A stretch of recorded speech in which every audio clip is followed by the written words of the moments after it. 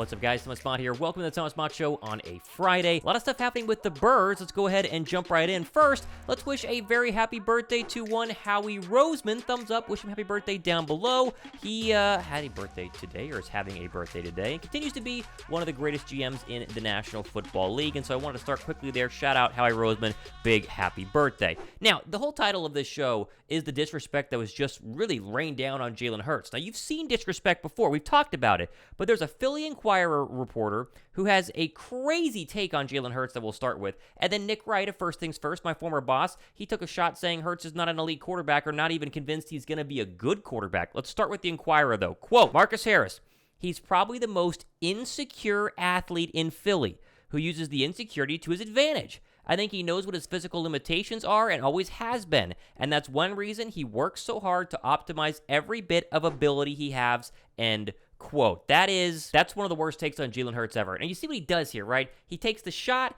and then he tries to, turn it around that way it's not a total shot. Hey, he's the most insecure athlete in Philly, but he uses that to his advantage. And then to say he has physical limitations and that he has to work around those, what are Jalen Hurts' physical limitations? Not his height, not his speed, not his arm strength, not his intangibles. He is incredibly strong. I mean, lower body, we know about the squatting. What's the physical limitations on Jalen Hurts you're talking about, Marcus? I'd love to know. Please let me know. He has no physical limitations. He's built like a quarterback. He plays like a quarterback. He does a great job like a quarterback. The idea that he's insecure, what a terrible word to use. Now, you could use chip on his shoulder, and he works harder because of that, because he's been overlooked throughout his college career and even early on in his NFL career by all of us in Philadelphia who thought Carson Wentz was going to be good and he didn't need to draft his backup. We all have acknowledged that. The idea that he's the most insecure athlete in Philly, a guy who is so even keel, so focused on the mission, and so out of the headlines to where you don't have to worry about him ever getting into any sort of trouble. We use the term insecure. Now, we use it to his advantage. Oh my gosh, get out of here with that, Marcus. I think it's a terrible slight, especially from someone who works at the Inquirer, which is the Philadelphia Inquirer. Philadelphia is obviously a big newspaper there. It's amazing that there are still some people who won't embrace the fact that, guess what? Jalen Hurts is really good. It's not that hard. And not to be outdone, Nick Wright went on the First and Pod podcast with Danny Perkins and Andrew Filippiani, however you say his last name. Either way, it's an Odyssey podcast, and Nick Wright is talking about quarterbacks, and he brings this up. Listen to him take a shot at Jalen Hurts. What about this? Okay, the Eagles, are you guys thoroughly convinced that Jalen Hurts is a great quarterback? Yes, I am. I think he is very, very good. Okay. You're not? No, I'm not thoroughly convinced yet. I think that the funny thing is, it's not that I think he might just be like, It's that I'm not yet 100% convinced that he can come close to duplicating last year. If he can, they're going to be awesome. Not sold. Now, he didn't say why he's not sold. He never does. I mean, come on. If you were to actually throw up Hurts' numbers or look at any sort of Hurts performance over the past year, it's hard to say that you're not sold on Jalen Hurts because your eyes would not deceive you. We all are sold on Jalen Hurts. But the idea that Nick Wright, who is a homer of his players, he's a LeBron homer, he's a Patrick Mahomes homer, but the idea that he watched Patrick Mahomes get out-dueled by Jalen Hurts in that Super Bowl and still can come out and say he's not sold that he's great, not sold that he's good? What are we sold on? Do you think Jalen Hurts is going to have that big of a drop after this year? Can you really look at the film and say that everything Hurts did this season was an outlier, that it's not going to be duplicated? It's a once-in-a-lifetime sort of season, and ever since that, he's just going to kind of, cascade down to being a below-average, C-plus mediocre quarterback? It's ridiculous. Now, you do want a bigger sample size of Hurts? Sure, we all do. But do you really think it's going to drop that far? It's just ridiculous. I don't know why. I don't know why there are certain quarterbacks, especially ones in Philadelphia, who for whatever reason are always doubted, even when they produce time and time again. But it seems to happen more often than not. And two people who should know better making those comments about Jalen Hurts, to me, was pretty darn rough to go ahead and watch. What's not rough to watch is the fact that the Philadelphia Eagles, they have no days off. There's a great tweet from the Pinnacle ATL. This is from my buddy Josh Davis, Philly Special Show. Look at rookie Nolan Smith working out in Marietta, Georgia, just 30 minutes from me. Obviously, he went to UGA with Bengals rookie and defensive end Myles Murphy. He's putting in the work work right now.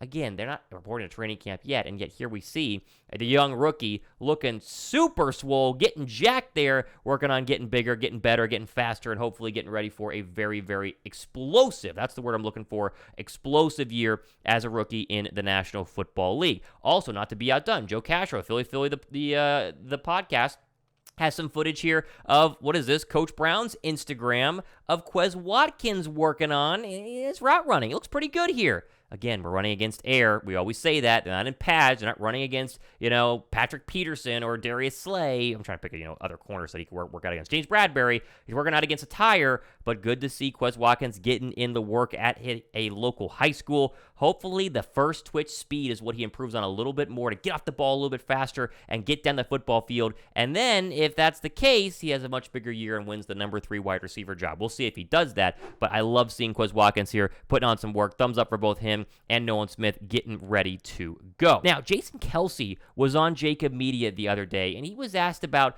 getting back to the Super Bowl. And I love this quote from Jason Kelce. I love this because this is the perfect answer from a calculated veteran about how hard it is to get back to the Super Bowl, but also the fact that Philadelphia can do it. Quote, "There's a lot that goes into winning a Super Bowl. I think that's where we are. We think that we're in the position to compete for another one. We got the roster. We got great coaches. We got a great front office. We have a lot of things necessary to do that again," end quote.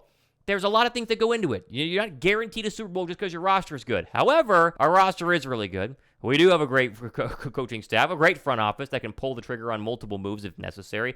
All the things, the elite quarterback, which people think that he's not, as we said earlier, but all the things are there for another Super Bowl run, and I love the fact that I'm seeing something like that come from Jason Kelce. I want to finish up here quickly with the biggest weaknesses ahead of the 2023 NFL training camp for Philadelphia on Bleacher Report, and they give you some of the most notable ones. These are no shock here. We expect this sort of thing, but they start with the right guard spot, and they get into the idea that it's a weakness because there's a battle, and the fact that if Cam Jurgens loses, you're starting a rookie. But is that really a weakness whenever I really think Cam Jurgens can win the job? But if not, that means Tyler Steen beat him out. Doesn't mean Cam Jurgens stinks. It means Steen could be really good. Their first one there is right guard. Their next one is safety. Now, safety, again, could be a weakness, but I think Reed Blankenship year 2 is going to look pretty darn good, and I'm all in on Terrell Edmonds starting at the other side. People love Sidney Brown, revive season of Kayvon Wallace, maybe, but safety added to the list, sure. I don't think it's as bad, though, as people like to think.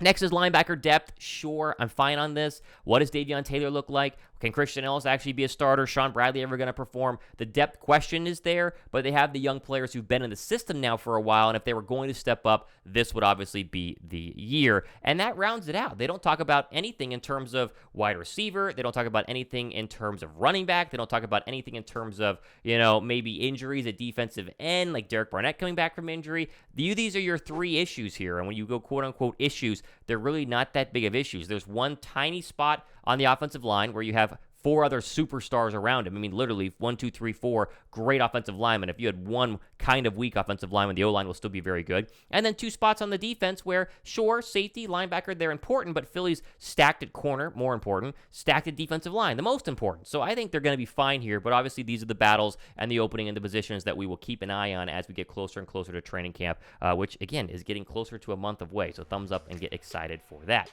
Okay, plenty more stuff happening over the next couple of days and weeks. If you're new here, be sure to hit that red subscribe button and follow along for the latest and greatest Philadelphia Eagles and National Football League news, breakdowns, and much, much more. I'm Thomas Mott. This has been The Thomas Mott Show.